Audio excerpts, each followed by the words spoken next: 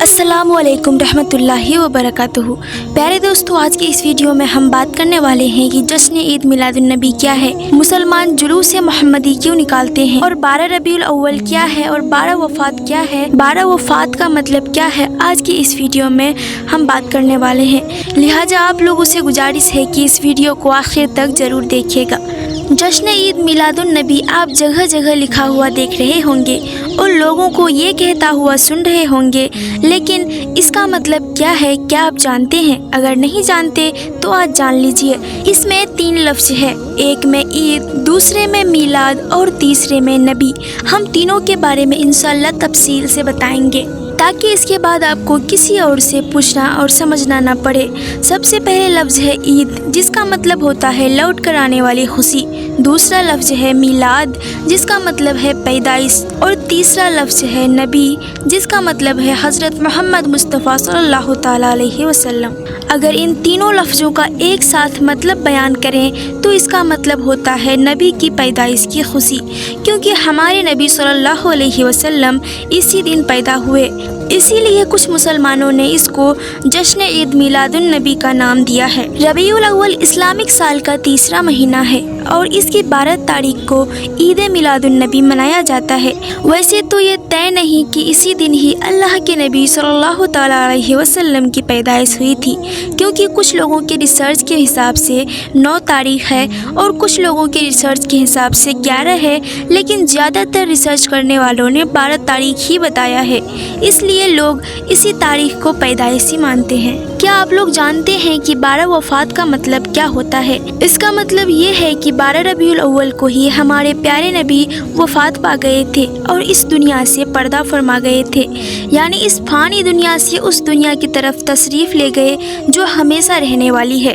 اور جہاں اللہ تعالیٰ نے اپنے دیدار کا وعدہ فرمایا ہے، اس لیے لوگ اس دن کو 12 وفات بھی کہتے ہیں۔ کچھ لوگ کہتے ہیں کہ عید میلاد النبی منانا چاہیے اور کچھ لوگ کہتے ہیں کہ نہیں منانا چاہیے۔ میرا خیال ہے کہ منانا ہر کسی کو چاہیے، ہاں وہ منانے کا طریقہ کیا ہو، آگے ہم 2 طرح کے لوگوں کے منانے کا طریقہ بتانے جا رہے ہیں۔ آپ خود فیصلہ کیجئے گا کہ اس مبارک دن کو کیسے منایا جائے اور کون سے لوگ اسے زیادہ بہتر طریقے سے مناتے ہیں۔ جشن عید میلاد النبی منانے والوں کی پہلی قسم، اپنے گھروں پر جھنڈا لگا لینا، جلوس میں چلے جانا، اپنے گھروں کو روشن کرنا، نبی کی یاد میں میلہ لگانا اور میلے میں مرد اور عورتوں کا بے پردہ گھومنا۔ اور جشن عید میلاد النبی منانے والے لوگوں کی دوسری قسم، کوئی سنت زندہ کرنا، یعنی جس سنت پر ابھی تک عمل نہیں کیا تھا اس پر عمل کرنے کا ارادہ کرنا، جتنا ہو سکے نبی کے کام کو آگے بڑھانے کا ارادہ کرنا،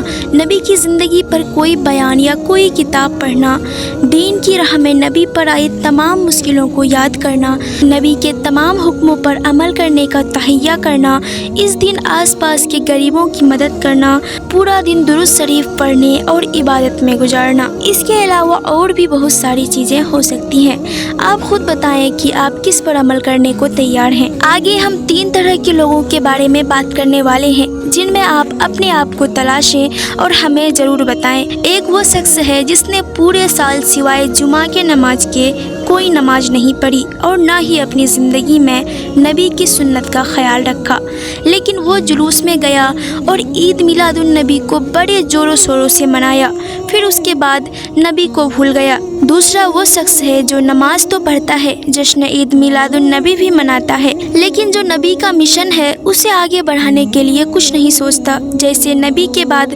لوگوں تک صحیح بات پہنچانے کے لیے صحابہ نے اپنی جانیں تک دے دی تھیں، لیکن اس شخص نے صرف خود سے مطلب رکھا اور اپنے آپ کو نبی کا سچا پیروکار بتاتا رہا۔ تیسرا وہ شخص ہے جو نبی کی زندگی کو صرف ایک دن کے لیے نہیں بلکہ پورے سال ہر دن ہر وقت نبی کی سنتوں پر چلنے کی کوشش کرتا ہے اور نبی کے مشن کو آگے بڑھانے کی ہر ممکن کوشش کرتا ہے اور 12 ربیع الاول کو عبادت میں گزارتا ہے۔ جیسے کہ اللہ کے رسول صلی اللہ تعالیٰ علیہ وسلم دوشنبہ یعنی منڈے کو روزہ رکھتے تھے، تو صحابہ نے پوچھا کہ آپ اس دن روزہ کیوں رکھتے ہیں؟ تو آپ نے فرمایا کہ اس دن میری پیدائش ہوئی تھی، یعنی نبی اپنی پیدائش کے دن روزہ رکھتے تھے اور عبادت کرتے تھے، اس لیے یہ شخص اس دن کو عبادت کا دن قرار دیتا ہے اور اس دن طے کرتا ہے ہے کہ جن سنتوں پر اب تک عمل نہیں کیا ان سنتوں پر عمل کروں گا اور اپنی زندگی کو اسلام کے مطابق اور زیادہ بہتر بنانے کی کوشش کروں گا۔ اللہ تعالی ہم سب کو ہمارے نبی کی سنتوں پر عمل کرنے کی توفیق عطا فرمائے، آمین۔